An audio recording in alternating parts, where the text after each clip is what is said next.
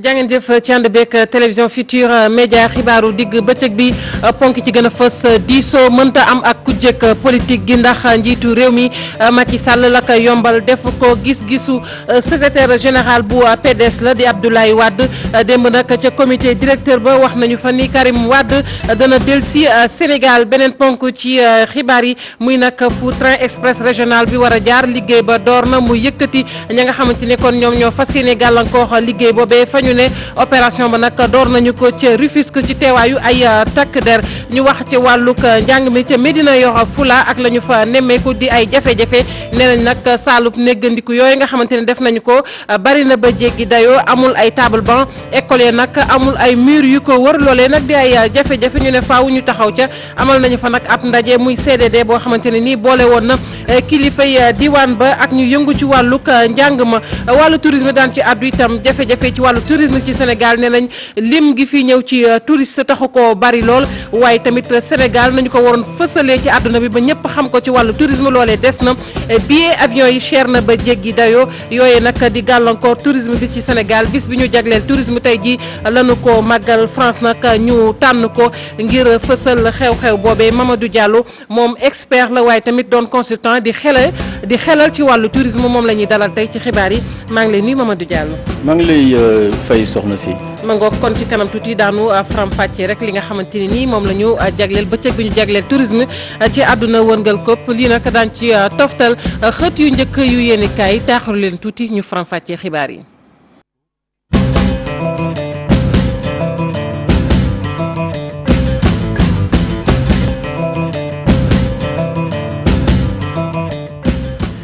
jàngeen jëf ci ànd beeg télévision Futurs Médias xibaar yi ñu tàmbali ko ak kàddu yu tukkee ci secrétaire général bu parti démocratique sénégalais di maître Abdoulaye Wade nee na nag waxtaan diisoo mënta am ak kujjeg politique gi ni ko njiitu réew mi Macky Sall bëggee ndax lu jig njaag mooma li nga xamante ne nag moom moo war a yombal waxtaan woowee da caa jaarul benn yoon loole nag mi ngi ko rek xamle ci comité directeur bi nga xamante ne ni ñi ngi ko amaloon démb ca makkaanu PDS. ñu teewlu ay kàddoom moom maître Abdoulaye Wade ci micro Habib Faye Younous Diatta. gisuñu ci taxawaayu Macky Sall taxawaayu ku bëgg jokkoon ku bëgg dialogue gi gisuñu loolu nit ki nag lu la neex nga def lu la neex nga wax waaye mënoo fexe ba ñun nga gis loolu loo xam ne gisuñu ñun gisuñu Macky Sall mu bëgg dialogue parce que boo bëggee dialogue am na yoo xam ni da nga koy régler yoo xam ni da nga koy moytu yoo xam ni am na nga fexe ba looyee day nga préparé maanaam terrain bi ba dialogue maanaam waaye lu ñëw indi seen mbiri bopp ba pare ñu ne dialogue kooku dialogue yooyu verbe la wax rek la mais wóoroo ko fenn. ci ndaje moomee wax nañ fa leneen muy nag ñibbisi Karim Wade fii ci Sénégal bu weesoo loolu moom maître Abdoulaye Wade di ñaawlu nag tabb gi nga xamante ne ni tabb nañu ko Aliou Sow ci boppu caisse de dépôt et consignation lu soxal nag parti démocratique bu Sénégal nee na nag dinañ ci taxaw maanaam gën koo defaraat jekk-jekkalaat ko ba nga xamante ne lépp nag dana tegu ci yoon laatu ñuy egg ci atum 2018 ñu ànd ceeg Habib Faye Younous Diatta. ay tàccu ngir jaajëfal. militant yu PDS yi nii lañ dalalee Abdoulaye Wade moom xaarut benn yoon ñaawlu anam ba ñu falee Aliou Sall te caisse des dépôts et consignation. kon li moom xaalis la ñu ngi leen wax kañ moo bi lu tax ñu def ko rapport lu tax ñu ko rapport keneen waaye rapport moo ko nekk moo wax keneen xam nañ rek béréb lu wax moom nga bàyyi jëlee xaalis bi kenn du parce que patron bi mooy lépp yaa xam ndax ñu koy jël aussi wala loo ko jël aussi waaye boo ko ay placé ko feneen am ci xaalis affaire bu bare daal ci dafa ñaaw. Macky Sall nag noonu la mel ci mbirum Sénégal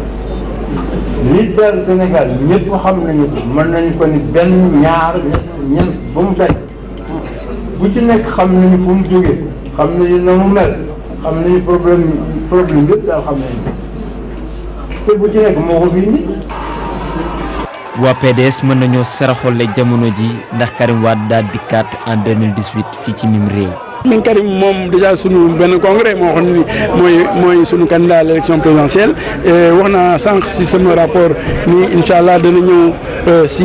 congrès boobu président Abdoulaye Wade sax ba bu muy tontu wax na ni man maa wax congrès bi mais xëy na mu ñëw bien avant congrès bi donc incha allah yaa daanu liggéey pour loolu. waaye parti bi des na koy yeesalaat. wax nañu daanu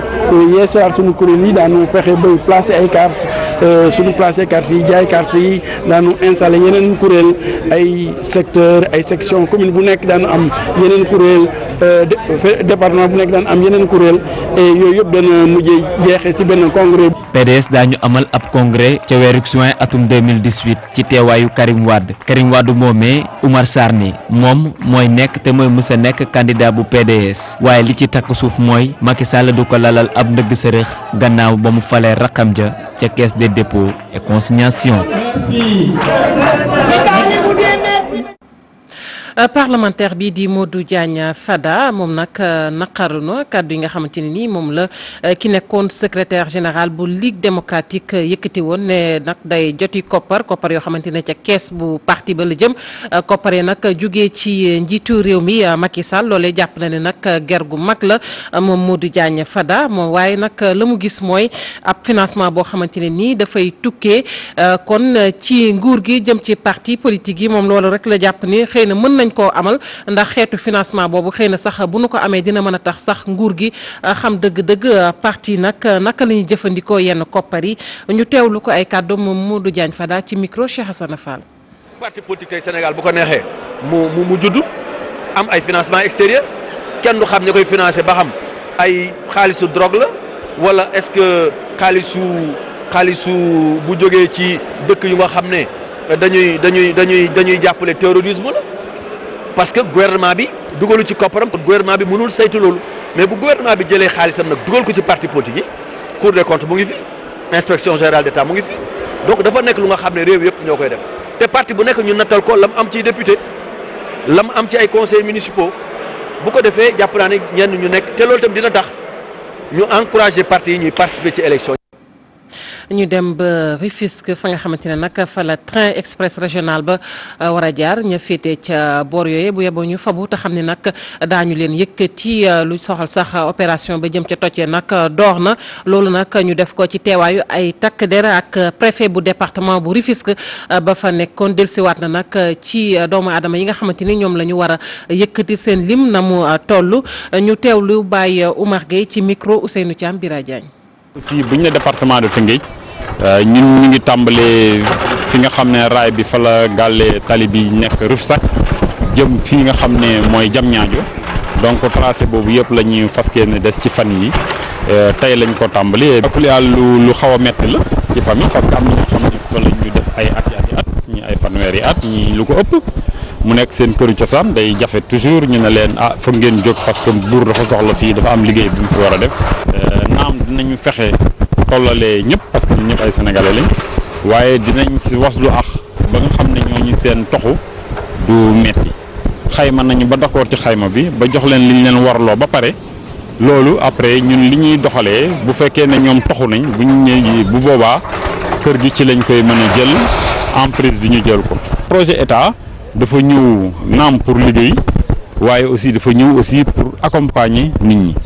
donc warul leen néewal doole. ñu wax ci njàng meek njàngale mi ak li ñu jàpp ni mooy yoon fii ci Sénégal ak fépp sax ne gone gu nekk nag war ngaa jàng tey ji bu ñu jëlee ñi nga xamante ni nii seen at toll na ci fukk ak juróom-benn nee nañ nag ñetti gone yoo jël kenn ka jàngul école loole nag ñu ne lu jéggi dayoo la xayma la boo xamante ni nii njëriñ ji dénk wàllu njàng mi ak njàngale mi moo ko def ci Sénégal wërngal këpp jëriñ ji nag di Serigne Mbaye Thiam mi ngi yëgal acteurs yi yëngu ci wàllu éducation nañu daal def seen kéemtalaay kattan te xam ni nag lim googee jéggi na dayoo Moussa Ngom Thierno Laurent Mendy. ci ñetti xale yoo jël toll ci jàng te mu war leen kenn ka newul ci salle de classe mu doon lu ruusee si njàngat bu lii di waa ministère u éducation sumboon si fukk ak ñeenti région bu Sénégal. étude bi daf ñuy may xam-xam yooyu yëpp ñu am ko xale yooyu ñan lañu mooy ñi nga xam ne mosuñoo dugg école ñeneen ñi mooy xale yi nga xam ne dugg nañu école. waaye balaa ñuy yegg troisième bàyyi nañu école lu tax ñu bàyyi école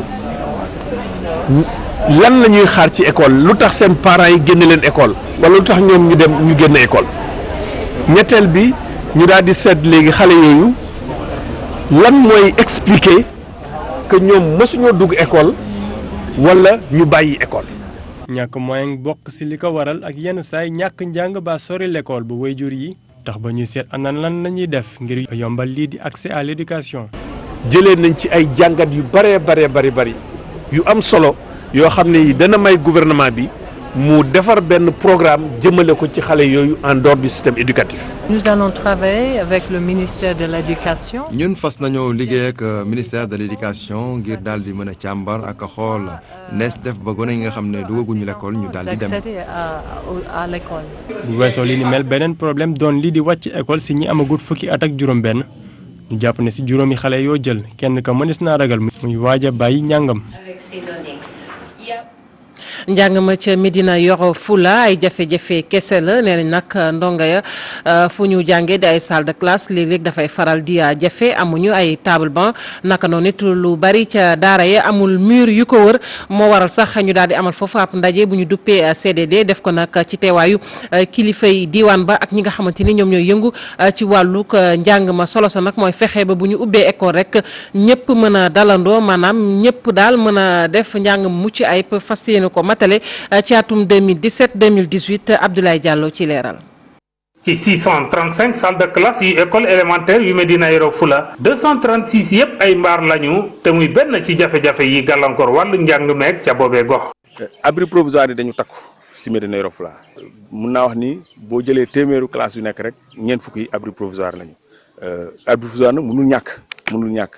gis nañ aussi que table banc yi des fois duñu mat mais day am yu yàqu war nañu mën a defaraat table banc yi gis nañu aussi que souvent classe école yi amuñu mur de clôture te bu amul mur de clôture xale yi duñu nekk ci sécurité bu doy gis nañu aussi que toilette aussi des fois day manqué ci classe yi loolu la mooy condition yi xale yi di jàngee daal souvent du nekk condition yu gënal. ñi fi ngànk wàllu njàng mi ñoo fas yéene def wàllu ubbi tey jàng tey lii dëggu ca Médina Yoro Fula. pour que ubbi tey jàng tey bi ñuy yàgg a wax mu nekk lu ñu jëfe jàpp naa ni daaw bi ñu nee dañu ubbi tey jàng tey population Médina Yoro Fula collectivités locales yi maires yi association des parents d'élèves comité de gestion yi ak association culturelle sportive ASC yi ñëpp a si jàpp pour que ubbi tey jàng tey nekk loolu boo gisee aussi dafay am ay jeexital si résultats yi. il faut que ku nekk continuer di si dugal loxoom mu nekk ñi nga xam ne ñoo nekk si biir école bi ñi leen si jàppale muy collectivités locales yi rawatina parents d'élèves yi ak également partenaires yi dañ si dugal également gune yi ak jigéen ñi te ñooñu takku nañ pour que incha allah dem ba si nga xam ne moom lañ jagleel semaine de la propriété de l'école pour nettoyer école yooyu yëpp pour que incha allah jàngalekat yi déjà bu ñu ñëw le 4 ñu fekk école yi set xale yi bu ñu ñëw le 9 incha allah fekk école yi set. donte jafe-jafe yi IEF bu Médina Yoro Fula amal na fi ay résultats yu baax ci examen yi weesu. loolu moo ñu permettre daaw bi ñu defee ubbi tey jàng tey ñu am deuxième meilleur résultat au niveau national ci BFM daanaka téeméer boo jël juróom-ñett fukki yeeg juróom yi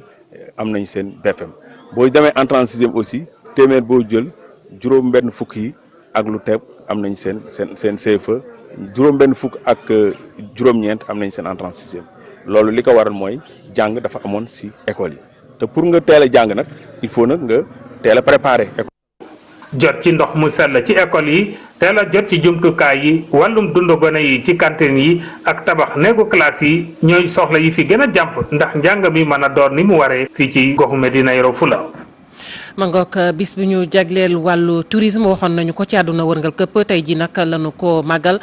France nag la ñu tànn rek ngir fësal xew-xew boobee ndax ca France sax ca lañu fas yéene amalee salon du tourisme fële ca Pointe des Almadies ña nga xamante ne nag ñoom ñoo yëngu ci wàllu tourisme ñu fekk leen foofee nee nañ nag ñoom activités yi nga xamante ne nag moom la ñuy amal ci bis bi ñu ca bari sax xamuñu ko ba tax na nag sax jéemuñu ca lenn waaye nag delsi nañu ci jafe-jafe yi nga xamante ne nii moom la ñu nemmee ko ci tourisme fii ci Sénégal Ibou Diouf Mohamed Dieng. ñu jagle lépp lu aju ci wàllu tourisme ci àdduna bi fii ci Sénégal nag bëri na ñi nga xamante ne rek seen yëngu-yëngu méngoog boobule tourisme bu amee ñu jàpp ne ñoom yëguñu ko ñeneen ñi gis ne sax xabaar bi ci internet lañ ko amee. maa ngi ko gisee ci internet bi waaw loolaa ubbi sama page Facebook gis ñu ni journée mondiale de la tourisme loo xam ne vraiment Sénégal ñoo ko waroon a feetu wante waa Sénégal dem ba France di fa feetu vraiment loolu day mel ni Sénégal yi ñoom fonk seen dëkk. xamuñu woon ni tey la xanaa suñ ko xamee daal yow li ngeen fi ñëw nii moo tax ñu xam ko. wax dëgg yàlla. waaw loo yëgul nag moom daanaka sax moom ceel rek xam nga ceel a jóge si wax la. ceel a jóge si wax la léegi nag spectateur ñii seetaan télé bi. ñoom danañ xam ne ñun bu ñu yëngu tourisme amuñu lu muy tourisme parce que objet yi ñu yor d'accord ñu ngi jaay ay sénégalais yu ci bëree bëri gars yi voyagé dinañ fi ñëw di jënd ay cadeaux ainsi de suite ak coopérants yi presque moom laa ëpp man ñu may liggéeyal. ana lan mooy indi gàllankoor bi lii di tourisme sooxe fii ci Sénégal ñoom ñi ñëpp ku ne joxe ci sa xalaat. tourisme Sénégal moom léegi doxatu dara doxu si waaw dara franchement dara doxu si tourisme. amatuñu clientèle vraiment. amatuñu clientèle daal vraiment tourisme moom doxatut Sénégal ñëpp a changé dëkk ñëpp a changé destination ñi ngi dem ay Cap-Vert ñi ngi dem Maroc Sénégal daal vraiment amul benn tourisme léegi. xam nga secteur tourisme moom ay contact la kooku problème administration bi ñi nga xam ne ñoom la ñuy jox ñu jiite réew mi te déjà kenn kuñ jox branche tourisme nañ ko jox ku ko xam ku ko mën te mbir mi dañ koy jàng. doo ñëw asaaloo dal jël kenn rek ne ko am ministère du tourisme foog nga ko xool koo xam ne kii bon xam na li muy def. loolu ñuy wax marketing. yéen jànkat yi yéen a gën a xam. il faut ñu am benn ministère bu capable bu mën a gérer suñu tourisme. wante ministère yi fi jaaragul yëpp. vraiment mën ñoo gérer suñu tourisme. ndaw yi tamit kenn demul ñu des ñoom ñi lee jàpp ne rek lii bokk na ci li gàllankoor wàllu tourisme fii ci Sénégal. touristes yi mbalit bi dafa bëri Sénégal donc dañu war a dindi mbalit bi pour touristes yi ñëw. da nga jàpp ne mbalit bi daal moo tax touristes yi ñëw. waaw dañ ko war a nettoyer. Le Sénégal ils veulent devenir plus moderne, ce qui perpétue sur le tourisme. En fait parce que le Sénégal il veut changer pour devenir comme les Européens, alors que les Européens s'ils viennent au Sénégal c'est pour voir la culture du Sénégal. Journée internationale du tourisme réewu Sénégal daanaka mënees nañu wax ne dem màggali ko fële ca France loolu tamit yenn acteurs yi rafetlu ñu ko donte sax tourisme moom ubbeeku da ci bokk dem wuti ay partenaires ngir mën a suqali secteur boobule. Ibou Diouf ndi ko jaajëfal Mamadou Diallo expert en tourisme nga nekkit consultant di xelal ci wàllu tourisme gannaaw bu ma la delloo nuyu rek balaa ñu dugg ci jafe-jafe yi nga xamante ni moom la ñu nemmeeku ci secteur bi wax nañu ko léegi ak dégg nañu ko ci reportage bi yow noo jàngatee déjà ni mbir mi tëddee ndax lu toll ni journée du tourisme ñu bari ci acteurs yi xamuñu ko. maa ngi lay dellu di la nuyu di la fay ci nuyu ak invitation bi ngeen ñu def pour ñu mën a jokkoo ñu mën a échanger weccante ci wàllu tourisme rawatina ci bis bi nga xam ne moom la ñu jagle ci àddina bi wër kap la ñu jagle tourisme. alors information bi ngeen joxe ne dañu ko célébrer ji France fii laa ko amee bu fekkee ne loolu am na te gëw ma ne dañu fi jóge pour dem célébrer ko France parce que lu toll ni journée mondiale du tourisme ki nga xam ne moom moo ko saxal muy OMT organisation mondiale du tourisme dafay digle ci réew bu ne population yi mu nekk une fête populaire pour que ñu mën a sensibiliser nit ñi ci li nga xam ne moom le tourisme di indi parce que boo xoolee image yi nga xam ne moom ngeen fi génne léegi ñi ñu wone ay jaaykat lañu ay doomi réew mi lañu ñoo xam ne dañuy yëngatu ci wàllu maanaam xarale ay affaire artisanat affaire art et cetera loolu mooy wane ne tourisme dafa nekk mbir moo xam ne ñëpp la soxal te ku ci nekk war nga am loo ci joxe comme sa contribution donc dama jàpp ne xëy na at yi di ñëw dinañu gën a fexe mu nekk une fête mais loolu pour ñu def ko it day fekk ñu mën a sensibiliser population yi balaa bis bi ñëw un mois avant ñu am ay jéego yu ñu dox pour que ñëpp mën ko yëg ba ci gox yi nga xam ne ñoo gën a sori ci biir Sénégal parce que tourisme également soxal na leen. ni nga ko waxee ñu nekk ñoo xamante ni ñi ngi yëngu xëy na ci fànn wu ne ci wàllu tourisme waaye wax nañu également li nga xamante ni moom mooy jafe-jafe tourisme ak ni ñu ko xamee ci Sénégal ndax xëy na bu ñu nee tourisme ci dëkk rek bokk na ci limuk touriste yi nga xamante ni ñoom ñoo war a ñëw ci dëkk boobee Sénégal nag donte def na ay jéego waaye gis nañ ni ba nëgë ni am na ay jafe-jafe ci wàllu tourisme ndax lim gi daal des na. bu xoolee sax comparé ci atum 2014 jàpp ba 2015 xëy na ba nëgë ni daal Sénégal li ñuy xaar ci wàllu tourisme touriste amuñu ko. très bien nga may ma delluwaat ci thème bi nga xam ne mooy thème journée parce que loolu moo waral mooy sabab bi. journée bi maanaam dafa ne tourisme durable facteur de développement te bu ñu waxee développement bàyyiwul kenn boo ko jëlee ci réew mel ni Sénégal maanaam ci gox bu nekk ak nit ku nekk pàcc bu nekk ak fépp fu nit di yëngatu. développement bu amee da nga ko war a yëg loolu la ñuy wax par exemple impact bi muy am ci population yi bu fekkee ne maintenant loolu dafa war ñu fexe def ko mu nekk une véritable industrie te industrie it dafa am ay jalons yoo xam ne dañu ko war a poser dañu ko war a natt dañ ko war a càmbar natt bi ci moom lay ñëw ci li nga laajte léegi mooy ci wàllu chiffres yi amaana Sénégal tourisme am jànkoonteeg na ak ay jafe-jafe depuis 2012 ba 2014 daal mën nañ jàpp ne période boobu nekk na période boo xam ne jafe woon na lool ci ñi nga xam ne ñoo yore hôtel ñi yore agence de voyage ñi nga xam ne ñoo même population bi parce que maa ngi fàttaliku benn jamono am na suñu benn guide boo xam ne dafa am ku ko woo mu ngi dëkk ci sama jaamu séeréer yi Joal ne ko mais man dama jaaxle ndax depuis ñaari semaines ngi nii gisuma kenn ñëw te yéen touristes yi ñëw yéen a may permettre cere bi ngeen di jënd ma ci fayal sama jàngu xale yi guide bi ma ko waxee amaana xamoon naa sax impact bi tourisme am ci wàllu ci réew mi mais loolu day firndeel ne dañu nekk ci domaine boo xam ne c'est un domaine économique et un domaine social. lan moo waral recul boobu. alors recul boobu li ko waraloon ci 2012 2013 ñàkkuloo yëpp ne que amoon na lu ñuy wax instauration visa yi. visa yi le président Macky Sall am na décision bu mu ci jël dindi ko bi mu xamee ne que acteurs touristiques yëpp newoon nañ ne que nekkul décision boo xam ne dina jëme tourisme bi fu baax ñu génn ci loolu mu am li ñuy wax épidémie à virus Ebola.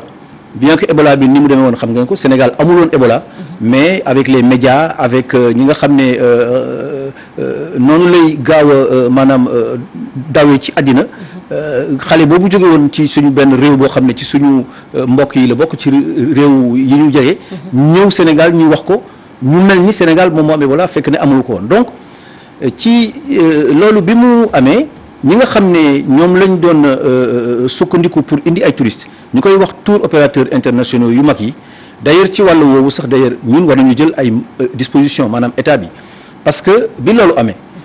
tour opérateurs yoo xam ne état bi daf leen jox ay droits de trafic pour ñu am ay compagnie aérienne am ay vol yoo xam ne dañuy jóge maanaam ci dëkku tubaab yi di indi touristes yi fii bi loolu amee ci lay ci saasi la ñu lem seen i ay bagages lem seen ay kaaka dem bàyyi Sénégal donc loolu dafa war a nekk njàngat information bi daal ni ñu ko waroon gérer ci jamono jooju dafa desoon. dafa desoon mais action yi nga xam ne dañ ko war a poser aussi parce que man boo ma nee sa mbokk sa xarit la bon c'est vrai que en matière d'affaires amul xarit. mais Sénégal aussi waroon na am beneen toogaay bu mu ci waroon toog maanaam boo ñëwaatee ne dama bëgg a ñëwaat encore Sénégal pour indi ay touristes dina am ak yow foo xam ne dinaa fa jaar ak yow ba bu ëllëgee li nga xam ne moom nga ma def dootul xew leneen li ma bëggoon wax daf ñu war a may ñu développer li nga xam ne mooy tourisme interne ak tourisme sous-régional parce que boo gisee ne que yow tour opérateur yu mag yi bu amee jafe-jafe ñu daw da ngay sukkandiku ci sa tourisme ci ñi nga xam ne ñooy sa ay sénégalais comme yow. moom la ñuy wax tourisme local wala moom la ñuy wax tourisme local moom la ñuy wax tourisme interne mais ci tourisme interne bi aussi am na ay pàcc yoo xam ne dañ ko war a dox.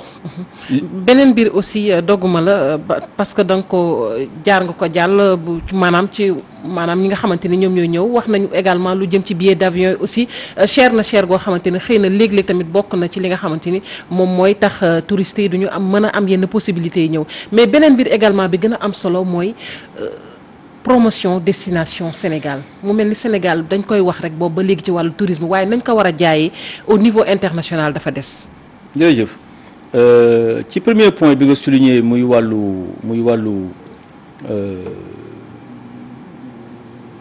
promotion bi. damay fàttali ne 2014 président bi ñëwee dafa supprimer woon maanaam agence bi ñuy wax agence sénégalaise de promotion touristique agence nationale la woon d'ailleurs après bi ko acteurs yi gisee mu delloowaat agence de promotion bi 2014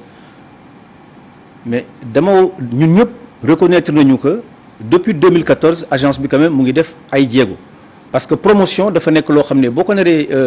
gàlloo di ko def bitim réew il faut nga am ay moyens yu doy boo xoolee dëkk bu mel ni comme Maroc wala Tunisie wala même île du Cap-Vert bi nga xam ne fi mu ne nii depuis quelque temps moo ñu teg tànk seen budget de promotion dépassé na 10 milliards de francs CFA te ñun on est à peine à 2 milliards donc loolu tax na ba agence bi aussi ku nekk li nga am ngay duggee marché donc def na ay jéego maintenant jéego yooyu également doyul te jéego yooyu moo waroon permettre si marché yi nga xam ne foofu la touristes yi di jógee à l'étranger ñu mën a ci bouche métro yi di ko gis maanaam ci gaar yi di ko gis ci biir dëkk bi fu mel ni Paris wala à Londres wala en Allemagne wala aux États-Unis ñi nga xam ne ñooy touristes yi ñu mën a gis ne que Sénégal kat dëkk la boo xam ne war nañ fa mën a dem pour def fa tourisme. très rapidement waxtu bi xoj ñu beneen laaj xëy na bu am solo itam muy maanaam site yoo xamante ni dafa war a nekk site yu attractif site yu mucc ayib ndax loolu également bokk na ci liy woo tourisme ak xale yi ni ñu ko déggee sànq reportage bi xam naa xaw na reelu tuuti nee na mbalit mi bari na Sénégal kon xar kanam bi war nañ ko xoolaat parce que loolu tamit bokk na ci liy xëcc ci touristes yi. dëgg la soxna si maa ngi doon wax sànq ne que tourisme. amul kenn ku wax ne que duma laal parce que maa ngi see sànq jaaykatu cere bi jaaykatu caaf bi ñëpp la concerné mais mbiru mbalit bi problème la il faut le reconnaître léegi nag li nga xam ne moo ci nekk il faudrait que nit ki lu mu gisul boppam du ci yëngatu dama yaakaar ne dañu war a maanaam jàllaat ci beneen doxalin fi mu ne nii waxuñu ne ñi nga xam ne am nañu ñu ngi def tourisme bu mag bi am ay hôtel yu mag Dakar wala Saly loolu baax na mais dafa am fu muy yem population yi dañ ci war a gis seen bopp te pour ñu gis seen bopp il faut que état bi jàppale leen ñu créer ay structures dans le microtourisme d'ailleurs damay profiter ci occasion bi pour wax ne que président Macky Sall am na décision bu mu jël mooy le fonds d'impulsion au développement du microtourisme mais ba léegi li ma doon wax léegi rek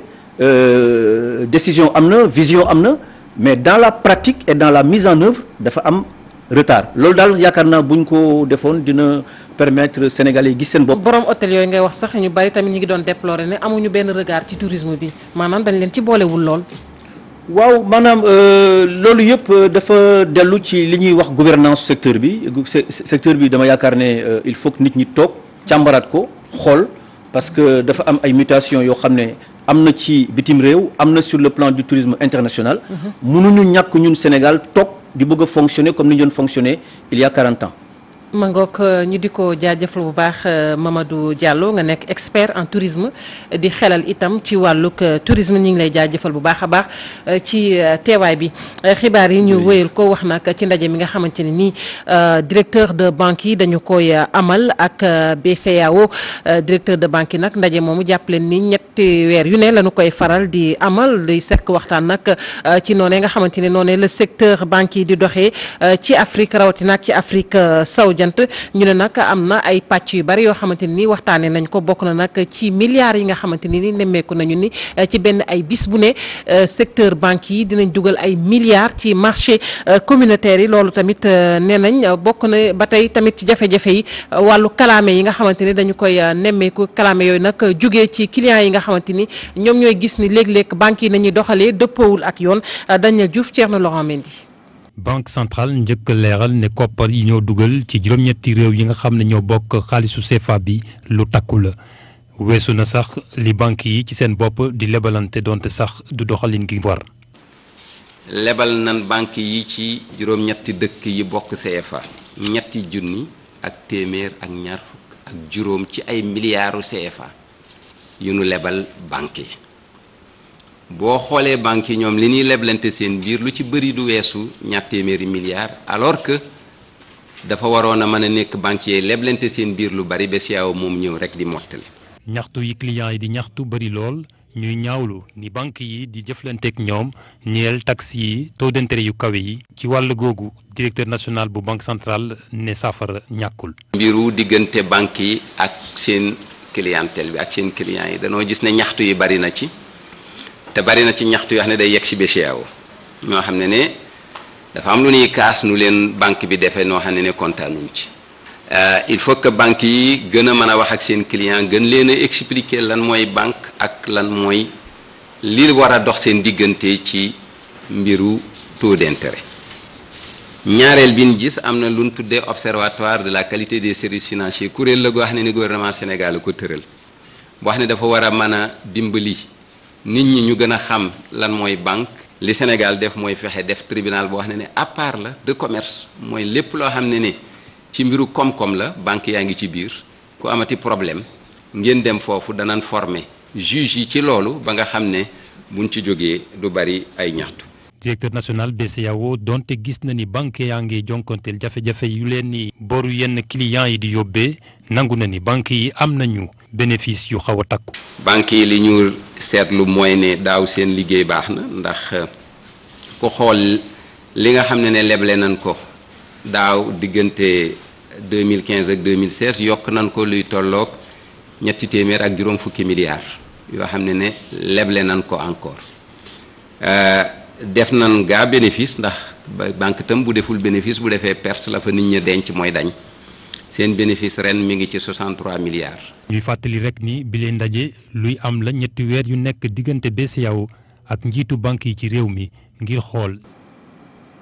directeur national bu BCEAO àdduna ak ci leneen muy coowal CFA biñ fi doon lam-lami ñu bari nag jàpp ni koppari CFA bi dañu ko war a jëlee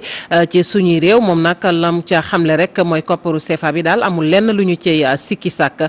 ñu teewlu ko ba tey ak Daniel Diouf. coow li bari na waaye coow li yaakaar naa ne ñàkk a xam rek a ko waral ndax ñàkk a xam weesuwul ne ñi ciy wax. mën naa am seen dënnal dafa jóg wala ñu am lu leen naqari loo xam ne jotewul ak CFA ñu dem ba bëgg ko jiiñ CFA bu ñuy wax monnaie bu ñuy wax ab xaalis ñett yi la ñuy xaar ci moom benn ndax xaalis boobu kuy compter da nga ko wàññi xaalis boo dul wàññi rek xamal ne mënoo koo tudde ne xaalis la yaakaar naa fii ku ne ñaata nga yor ci sa poche booy wàññi da nga wax ne dërëm ñaar dërëm 1000 francs ba junni wala lu ko ëpp ñaaleeru màndarga xaalis mooy xaalis il faut que boo demee marché boo ca bëggee jënd nga mën caa jënd màndarga boobu boo ko amee ci xaalis boobu baax na am na réew yoo xam ne réew xaalisum réew ma boo demee marché doo ca jënd ndax boo ko génnee ñu bañ dollar a fay dox wala euro ñetteelu màndarga xaalis mooy ndax xaalis bi boo ko dencee ren ba dëwën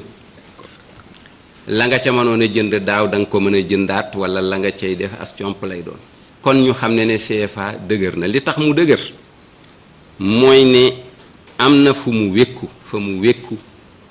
mooy ne képp ku soxla devise mën nga koo am. nee nan tubaab yi dañoo am dogal ci suñu réew mi amuñu ci benn dogal ci CFA lu dul ne bu nuy réunion kala tayle bu doon sagoom xam li ngay liggéey kon nag kuréel yi nu séq ñun di liggéey ko ci mbiru BCEAO muy comité de politique monétaire nga xam ne moom mooy wax fu taux d'intérêt yi toll wala conseil d'administration bi nga xam ne mooy xool ni BCEAO di doxe foofa ñoom am nañ fa benn représentant waaye benn représentant la mooy comme nii ñuy toogee ci taabal ji dañuy wax bu jotee ñu décider amuñu benn wéetu. ca leneen la mu àddu nag muy kalaame boobee ñu kalaame woon Kémi Séba ca yoon Kémi Séba nag ñu gën ko xam ci kooke kon xotti woon xaalisu CFA bi gannaaw nag bañ ko kalaame ca yoon ak yoon la mu ca dogal njiital BCEAO moom nag àddu na ci nee na nag ñoom seen wareef rek la ñu def fi ni nii nag nguurug Sénégal dafa daal di rek kon yóbbuwaat yëf ya ca yoon maanaam interjeté appel fi ni nii nag ñoom ñi ngi toog di xaar rek ba xam fu wàññeent di mujjee ki gëtëm ñu wax ci Senelec mi nga xamante ni jot na nag ab certification bu yees ñu duppee ko ISO 901 loolee nag li ko may mooy liggéey bu rafet bi nga xamante ne nii liggéey na ko waaye tamit ay activités yoo xamante ne ni Senelec mi ngi ko doon amal loolu nag moo waral tey jii mu def jéego yooyu ci liggéeyam ñu teewlu directeur général bu Senelec ci micro Aïssatou Paye. daje bi tey daf di daje bu am solo ci dundu Senelec ak dundu waa Senelec ndax yàlla Senelec yàgg na ci réew bi mais ren ji la yàlla dogal mu am médaille bu mel nii dafay wane ni liggéey bu muy liggéey bi ci secteur bu ñu ko joxe bi médaille bi mu doon bi nga xam ni dafa am ñu ko saytu ñu nga xam ne jotewu nag dara ak Senelec nekk bitim réew ñu koy seetu ci adduna bi yëpp nu ñu koy seetoo fii noonu ñu koy seetoo ci adduna bi yëpp dafa mel ni agrégation rek wala nangam amul bu Sénégal amul bu fenn ñëpp koy bokk. donc noonu loolu la yàlla def tey nu xool ko bu ñu ko saytoo nii waa Senelec kat nu muy liggéeyee foofu nu muy traité clients yu nekk ci grand compte nga xam ne mooy société yu mag yi entreprise yi ambassades yeeg yooyu ak administration bi liggéey bu ñu fay def bi bu ànd ceeg APIX surtout pour que ñu ñëw Sénégal te war a def ay abonnement électricité yëpp mu yomb si ñoom liggéey boobu mucc na ayib këyit boobu nu jot tey loolu la tekki mu doon ndam bu rëy nag ci Senelec mais surtout ci agence Senelec yu ko def yi ci madame Niang bu nekk bi grand compte ak ay équipe am nga xam ne ay jigéen na ci ëpp sax wax nañu ko parce que loolu bëriwul lu muy am ci Sénégal donc day baax mu rafetlu ko mais nag mu war a doon lu leen di war a ñaax pour nu bañ a teggi seen tànk nu gën a continuer ndax léegi amatuñu droit di dellu ginnaaw kenn du la wax waaw góor ba pare nag ngay dellu ginnaaw donc léegi kanam rek la war a jëm te lu ci ëpp solo rek mu jàpp ko mooy que ni njëriñu client yi la njëriñu entreprise yi la njëriñu Sénégal bi. ñu wax ci tàggat yaram ak roi bu basket 2017 fii ci Sénégal Louis Adams la bu AS Douane gannaaw nag ñaari at yoo xamante ni nii def na ko ca Douane moom moomee di Louis Adams tey la mu gën a bëgg nag mooy bokk ci équipe professionnelle di équipe yu mag yi ngir rek mën a gën a def ay jaloore ci wàllu basket ci soxna yi tamit jàpp leen ni Ami Sène bu AS Ville de Dakar moom la ñu tabb Reine Basket 2017 ku ci ne nag li nga wane ci saison bi moo la ko may dañ ci ànd ak Pape Fara ñi ngi mi demoon seeti roi du basket. basket ak moom ba muy gone la ba léegi nekk fan bu Kobe Bryant Louis Adams xalaatoon nañ ne dina def carrière basket bu baax. dafa juddoo nekk sportif parce que si kër goo xam ne lu jóge ñëpp dañuy def sport fii donc man si li sam papa wax nee na ma man dama juddoo rek mu commencé ma yóbbu terrain te bu may gën a nekk tout tànk maa ngi doon jël sama siwo maam yi di ko dagg pour def ko basket te man nag bu ma fàttali ko dëgg mooy si at bu may am ñeenti at laa commencé basket Jeanne d'Arc foofu laa defee sama petite catégorie yëpp. ñu tabb ko bu njëkk mu nekk nag buuru basket fii ci Sénégal li nu mel nag for ko bu ñu gisee saison bi mu def ren. si man de su ma juumul du afro basket bi kese parce que liggéey saison bi moom liggéey naa si bu baax xam nga waa góorgóorlu naa moom. international sénégalais bi gannaaw ba mu jaaree fële ca États-Unis moom meneur bu Douane bi la mu bëgg léegi moo nekk jouer niveau bu gën a kawe. 2009 ma dem États-Unis pour jàng foofu en même temps def sport après pare samay études aw moon chance pour am club professionnel ma dellu si waat fii Dakar basket. di ñaan yàlla xam nga xewal am mooy dem jouer professionnel pas doo tàmm nag xam nga. ku bëgg def dara xam nga fu mu munti demee baax na. naam am nañu médaille yu përëm ca afro basket bi waaye doomu Médina bi défaite bi contre Nigéria ba léegi daka naqari. waaw déception la moom déception la mais léegi kanko nañ ñu ngi siy sant yàlla nag xam nga lii moo doon dëggan mënoon nañ xam nga mënoon na leneen mënoon na si am quoi mais alhamdulilah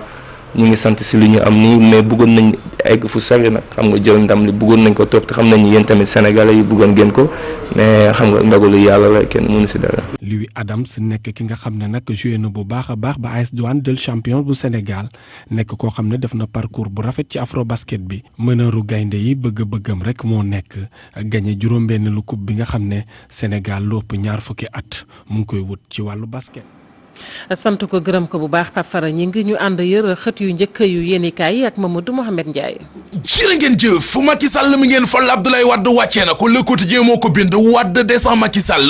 bil journal bi parti bi mu di Parti démocratique Sénégal moo doon amal démb ndajem comité directeur Abdoulaye Wade jiite ji woon ko waaye fu mu yendu Macky Sall ak waa këram dégg fa seen musiba benn moo di nee na Aly Ngouille Ndiaye mi ñu fal def ko ministre intérieur mu war a gàlloo organiser élection ci réew mi moom góor gi di Abdoulaye Wade àndu ci li mu bëgg moo di kuréel gu mag gu ñuy teg ci réew mi dénk ko organisation élection yi haute autorité des élections leneen lu mu ŋàññi démb ba doyel jébaane ko ba xolam sedd moo di li président Macky Sall def jël rakkam Aliou Sall jox ko caisse dépôt et consignation ne ko jiite ko Vox Populi nañu ci xëtamu njëkk Abdoulaye Wade nee na Aliou Sall ngànnaay la lu Macky Sall daas ba mu ñëw mu gàddu ko téye ko ngir bëgg koo xeexe Karim Wade Aliou Sall directeur général caisse dépôt et consignation borom soppi ne dara taxul Macky Sall def lu ne mel lu dul bëgg a sànk Karim Wade bëgg ko yàqal ci wote présidentielle 2019 yi di ñëw rek a tax bàyyi Karim Wade di Abdoulaye Wade ne wàccal leen mu di Macky Sall ak waa këram pouvoir bi la ñu bëgg a ngar dajjoo aaki moo ko confisqué ko ba bu ñu yeggoon tey ci wote présidentielle 2019 yi bu Karim Wade doonoon candidat ñu jël caution téye ko bu nuppi ne ko doxal faw yi munoo doon candidat candidature non valide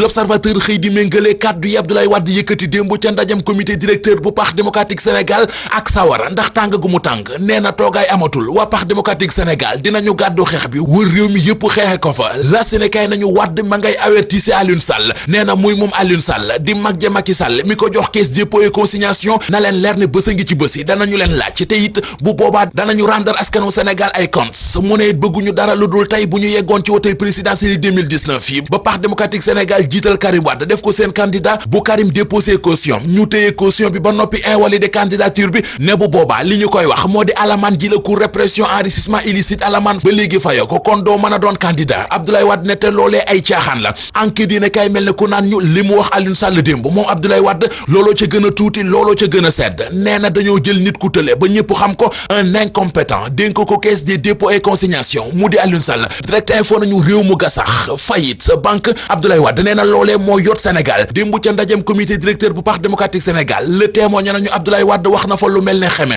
jox na fa Macky Sall wàllam jottali fa Aliou Sall li mu moom nee na li Macky Sall def mu di jël rakkam def ko directeur général caisse dépôt et consignation dafa sax ruslo loolee waru ko woon def ne moom Abdoulaye Wade moo fi indi caisse dépôt consignation bi mu koy def li taxul woon li tax mu sampoon ko yéenekaay bi nañu leeral na ko démb loxo bi président Macky Sall taalal gaañi ci géopolitique bi ngir di leen woo ci waxtaan mu di dialogue yéenekaay bi nee nañu Abdoulaye Wade moom fël na loxo ba nee na demul dialogue jiwul Sud Quotidien nañu dialogue mu di waxtaan ci diggante nguur gi opposition bi Abdoulaye Wade gëmu ko ci xët mu njëkku Les Échos Wade nañu fa waxtaan sax moo dul am ci réew mi Macky Sall mi ne dafa bëgg waxtaan di gëm ak opposition bi moom mi koy wax sax gëmu ko mënee suta jàpp nit di ko lu ñutu ak di lux mbuut lu nekk ci nafam nga teg ci loxo ba noppi ne ko kaay ñu waxtaan ci Vox Populi njiitu réewum Sénégal ba woon di Abdoulaye Wade nañu Macky Sall waxtaan ñoru ko yitteelu ko askanu Sénégal la bëgg a tuur lëndëm li leer ba leer réew mi quotidien nañu moo di diggante Abdoulaye Wade Karim Wade ak Macky Sall seenub ànd ak seenu nekkinu congal ñong la li waral ñool ji fan yi yëpp mu di kàddu yi njiital LD la woon di Mamadou Ndoye yëkkati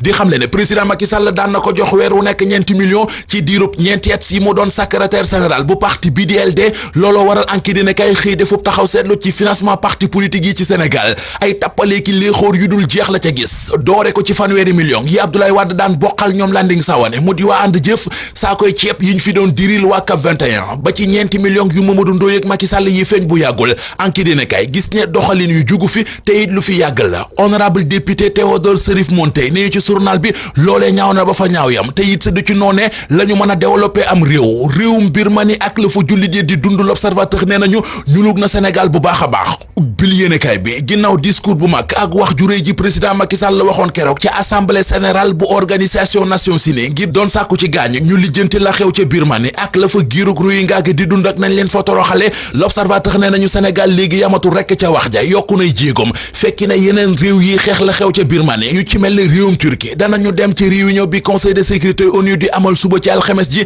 ngir sàkku fay matuwaay ak i pexe yu dakkal fitna ak rayante gi Rohingya yi di dund ci réewum Birmanie réewum Russie lu doy waar te yéeme moo fa xew yéen leen xët mu njëkk Vox Populi benn couple mu di jëkkër ak jabar ñoo wax ci seen làmmiñu bopp ne jot nañoo rey lu toll ci fanweeri doomu aadama te la ci yéeme moo di ku ñu ci rey dañ lay lekk.